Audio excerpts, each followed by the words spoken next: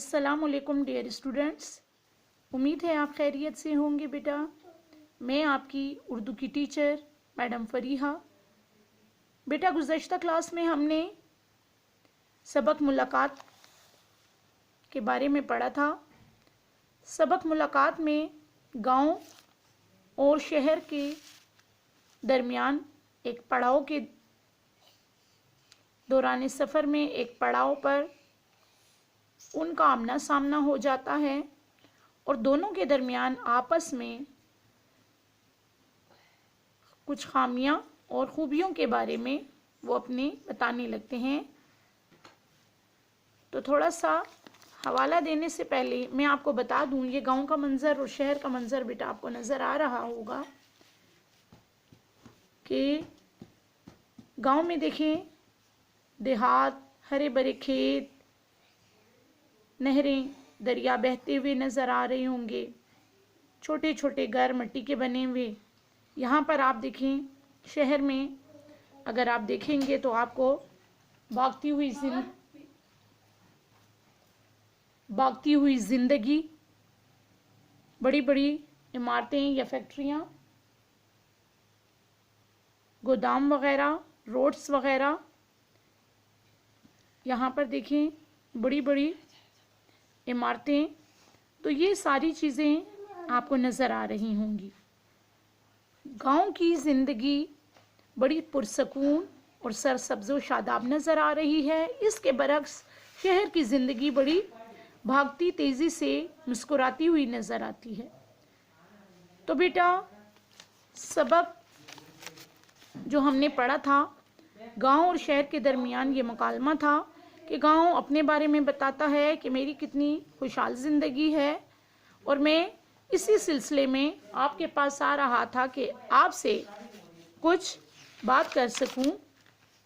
फिर उसकी मुलाकात जब शहर से हो गई तो शहर ने भी अपने बारे में बताया कि आपकी ज़िंदगी तो वाकई काबिल रश्क है, काबिल तहसीन है, लेकिन मेरी ज़िंदगी एक खुली किताब है, हर कोई इसको आसानी से पढ़ सकता है। शहर भी अपनी खूबियाँ बताने लगा कि तिबी सहूलतें, डॉक्टर, हकीम, मुलाजमत, कारोबार के बेहतरीन मौके मैसर होते हैं, फैक्ट्रियाँ, सनतें, दीगर सनती इदारे, ये सब मेरी ज़िंदगी के मयार को बड़ा बुलंद कर देते हैं। ये खुलासा था हमारी गुज़श्ता क्लास का। अब आगे से पढ़ते हैं।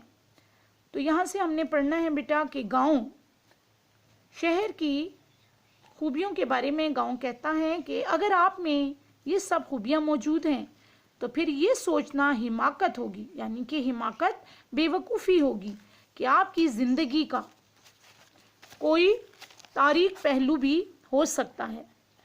यानी कि गाँव कहता है कि अगर आप, यानी कि शहर के मुतल्लिक गाँव कहता है कि अगर आप ये सोचते हैं कि आपके पास तालीमी सहूलतें, जैसा कि हमने गुज़श्ता क्लास में बताया था कि तालीमी सहूलतें हैं, बेहतरीन डॉक्टर, हकीम, मुलाजमत, कारोबार के मौके हैं, सनती तरक्की के लिए फैक्ट्रियाँ, इदारे मौजूद हैं जिन्होंने आपकी ज़िंदगी के मयार को बड़ा बुलंद कर दिया है, तो फिर आप ये क्यों सोचते हैं कि आपकी ज़िंदगी में कोई मनफी पहलू भी हो सकता है। तो शहर कहने लगा नहीं नहीं, ऐसी कोई बात नहीं। जिस तरह आपने बताया कि तस्वीर के दो रुख होते हैं, यानी कि तस्वीर एक तरफ से रोशन और दूसरी तरफ से तारीक नज़र आती है, तो यही बात मुझ पर भी सादिक आती है, यानी कि सही आती है, सच्ची आती है। इसके बरक्स गाँव कहता है वो कैसे। शहर कहने लगा ये बाद में मैं बताऊंगा, पहले मुझे इन पहलुओं से आगाह कीजिए जो आपके लिए अदम इत्मीनान का बाइस है। शहर ने कहा कि मैं आपको ये बाद में बताऊंगा, पहले आप मुझे ये बताएं कि जो बात आपके मतलब दिल में खटक रही है, या जो बात आपके दिल में एक शक पैदा कर रही है, वो क्या बात है। तो गाँव अफसरदा लहजे में, यानी कि गमगीन होके, खफा होके कहने लगा। यानी कि गाँव एक, हम कहते हैं उनकी, उसकी लहजे में एक इल्तिजा थी, वो बड़ा गमगीन खफगी के लहजे में बोला शहर से। मुखातिब किससे था बेटा? शहर से। आप तो तालीम की रोशनी से जहालत के अंधेरे ख़त्म कर देते हैं, लेकिन मेरी बदकिस्मती ये है कि मैं आला और जदीद तालीम की बरकतों से महरूम हूँ। यानी कि गाँव कहता है कि आप तो तालीम की रोशनी से माला माल हैं और मेरे ये हाल है कि वहाँ पर गाँव में कहीं भी तालीम नहीं है, जिसकी वजह से मैं फजूल और लायानी यानी कि बेहुदा रस्मों की जंजीरों में जकड़ा हुआ हूँ, फंसा हुआ हूँ, जकड़ा हुआ फंसा हुआ, इसी कदामत पसंदी की वजह से, इसी पुराने रस्म रिवाज की वजह से मैं अक्सर तंग नजरी का शिकार रहता हूँ। इसके बरक्स मुझे ज़रूरियात ज़िंदगी के हसूल में बहुत दिक्कत मुश्किल उठानी पड़ती है। इलाज मुआलजे की कोई बेहतर सहूलत है, नामदोरफ्त के बेहतर ज़राए, सिनेमा, थिएटर, पार्क जैसी तफरीही सहूलियात से भी मैं कोसों बहुत दूर हूँ। यही वजह है कि मैं अक्सर औकात उकताहट, घबराहट, बेचैनी सी महसूस करने लगा हूँ और अदम तहफ़्फ़ुज़ के एहसास में गिरफ्तार रहता हूँ। गिरफ्तार, फंसा हुआ, अदम तहफ़्फ़ुज़ के बगैर। यानी कि वो कह रहा है कि आप लोगों, यानी कि शहर से मुखातिब होकर कह रहे हैं तो कि तुम्हारे पास तो इतनी ज़्यादा सहूलियात है और मेरे पास इस सहूलियात के बरक्स कुछ भी नहीं है। शहर कहने लगा, इसका मतलब ये हुआ कि जो खूबसूरती अल्लाह ताला ने आपको दी है वो मेरी किस्मत में नहीं है। अब शहर ने भी यानी कि अपने दिल की बात का इजहार कर दिया, जो बात उसके दिल में खफा उसको किए हुए थी। तो उसने कहा कि जिन सहूलतों से मुझे माला माल किया गया है वो आपके पास नहीं। गाँव क्या मतलब, शहर जो साफ और पुरसकून आबो हवा आपके पास है, मैं इसके लिए तरसता हूँ। ट्रैफिक के शोर, कारखानों के धुएं से मेरी सेहत ना अच्छी रहती है, ना सुकून के लम्हात मुयसर आते हैं। यानी कि शहर ने कहा कि मेरे पास इनमें से कोई भी सहूलत नहीं है। मैं तुम्हारे जैसी सुकून, आबो हवा, साफ आबो हवा के लिए तरसता रहता हूँ।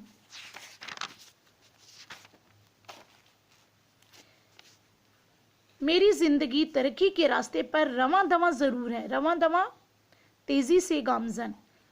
शहर ये खफगी बयान करे कि बेशक आप सही कहते हैं कि मेरी जिंदगी तरक्की के रास्ते पर रवां दवां जरूर है, लेकिन मेरे पास रहने के लिए तंगो तारीख डब्बा नुमा मकान के सिवा कुछ भी नहीं। यानी कि शहरों के जो घर होते हैं वो थोड़े तंग होते हैं या बंद होते हैं। जो सादगी आपका जेवर है, मैंने कभी इसको पास पटकने नहीं दिया। यही वजह है कि इस पुरतकल्लुफ, बनावटी और नमूदो नुमाइश, जाहिरी नुमाइश वाली जिंदगी ने मेरे सुकून कल्ब को, दिल के सुकून को गारत करके रख दिया है, ख़त्म करके, तबाह करके रख दिया है। इस मसनूईपन की वजह से, या लाज से लाज, इज्जत, यानी कि ये जो बनावटी जिंदगी है मेरी, शहर अब अपनी फरियाद कर रहा है कि ये मेरी जो बनावटी जिंदगी है उसकी इज्जत रखने के लिए मेरी जिंदगी एक मशीन बन के रह गई है, जिसमें आप जैसे हयात अफरोज जज्बात और एहसासात नहीं मिलते। हयात अफरोज हमेशा खुश रहने वाले, हयात अफरोज हमेशा खुश रहने वाले जज्बात, इरादे इंसान के बेशुमार धुनों में उलझने के बायस, बेशुमार धंधों में उलझने के बायस मुझे खुद अपने लिए वक्त नहीं मिलता, तो दूसरों के दुख सुख में मैं क्या शरीक हूँगा। किसी ने क्या खूब कहा है, जितना बड़ा शहर हो उतनी बड़ी तन्हाई होती है। अब शहर ने अपना जो एक हम कहते हैं कि फरियाद या खफगान या गमगीन पन था, उसने अपना बयान कर दिया है कि बेशुमार धंधों में मैं इतने उलझ के रह गया हूँ, फंस के रह गया हूँ कि मुझे अपने लिए वक्त नहीं मिलता। इतनी भागती हुई, इतनी तेज़ ज़िंदगी है शहर की कि दूसरों के दुख सुख में मैं शरीक ही नहीं हो सकता, और मैं इस भरे शहर में तन्हा सा रह गया हूँ। गाँव कहने लगा, इन तमाम बातों से तो ये साबित होता है कि हम दोनों एक दूसरे की ज़रूरत है। शहर, बिल्कुल सही। आज मैं इसी तब्दीली आबो हवा की खातिर आपकी तरफ आ रहा था। यानी कि उसने कहा कि मैं भी अपनी ज़िंदगी की मसाइल और मुश्किलात की वजह से और बेशुमार धंधों में उलझने के बायस तंग हो गया हूँ, और मैं इस आबो हवा की तब्दीली की वजह से आपकी तरफ आ रहा था कि शायद कोई मसले का हल निकल आए। तो गाँव कहने लगा कि फिर अगर ये तय है कि हम एक दूसरे के लिए नागुज़ीर हैं, यानी कि ज़रूरी, नागुज़ीर ज़रूरी हैं, तो यहाँ एक कस्बा बसाते हैं, यानी कि एक छोटा सा गांव बसा लेते हैं, जिसकी ज़िंदगी में मेरी सादगी और आपकी रौनकें और आसाइशें मौजूद होंगी। रौनकें, चमक दमक, रंगारंगी, आसाइशें, सहूलतें। तो गांव कहने लगा कि चलें ठीक है, हम फिर एक ऐसा ही छोटा सा गांव बसा लेते हैं जहाँ पर ये सारी रौनकें और आसाइशें मौजूद होंगी। तो शहर ने कहा कि ये आपने बड़ा खूब कहा, शायद ये नई ज़िंदगी हमको रास आ जाए, यानी कि हम पे रास आ जाए, खुशहाल हम हो जाएं इस तरह। तो बेटा, ये सबक आपने पढ़ लिया। मुश्किल अल्फाज के मायने साथ साथ में बताती गई। उम्मीद है आपको अच्छे तरीके से समझ आ गई होगी। इसके साथ ही मैं इजाज़त चाहती हूँ।